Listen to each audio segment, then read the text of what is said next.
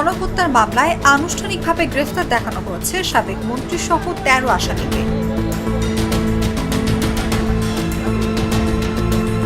এসব আসামি হলেন ক্ষমতাচ্যুত আওয়ামী লীগ সরকারের সাবেক ৯ মন্ত্রী, ২ উপদেষ্টা, অবসরপ্রাপ্ত এক বিচারপতি ও সাবেক এক সচিব।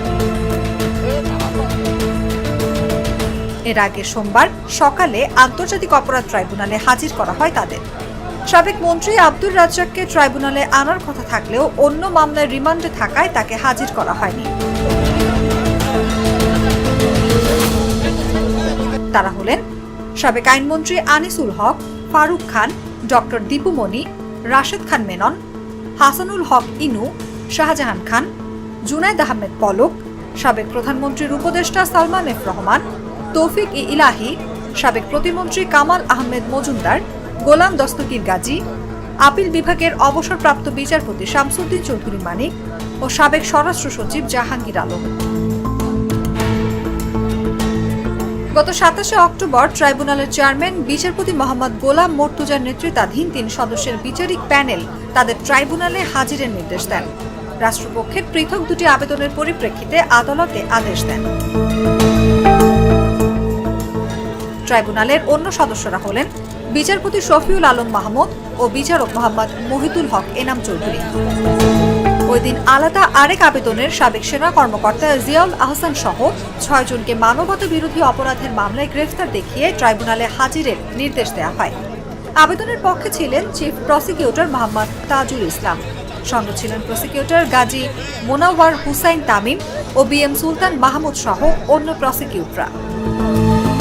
গত ৫ জুলাই থেকে ৫ আগস্ট পর্যন্ত সারা দেশে সংগঠিত গণহত্যা ও মানবতা বিরোধী অপরাধের অভিযোগে এখন পর্যন্ত আন্তর্জাতিক অপরাধ ট্রাইব্যুনালের তদন্ত সংস্থা ও প্রসিকিউশন অফিসে অর্ধ শতাধিক অভিযোগ জমা পড়ে।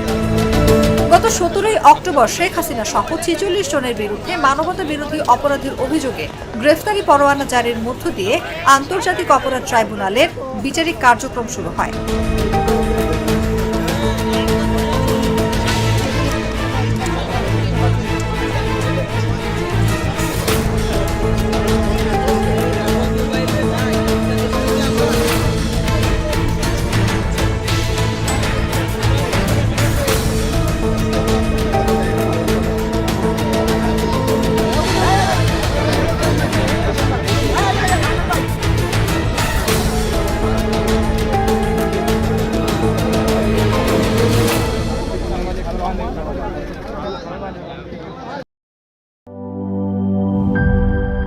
Cheer up!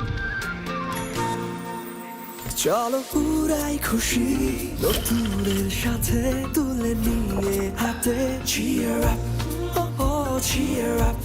Oh oh cheer up!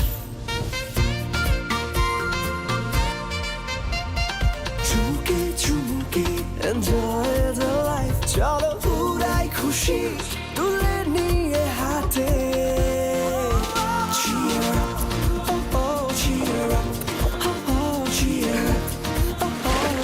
চিল হবে রিফ্রেশিং মুডে চিয়ার আপ চলো উড়াই খুশি।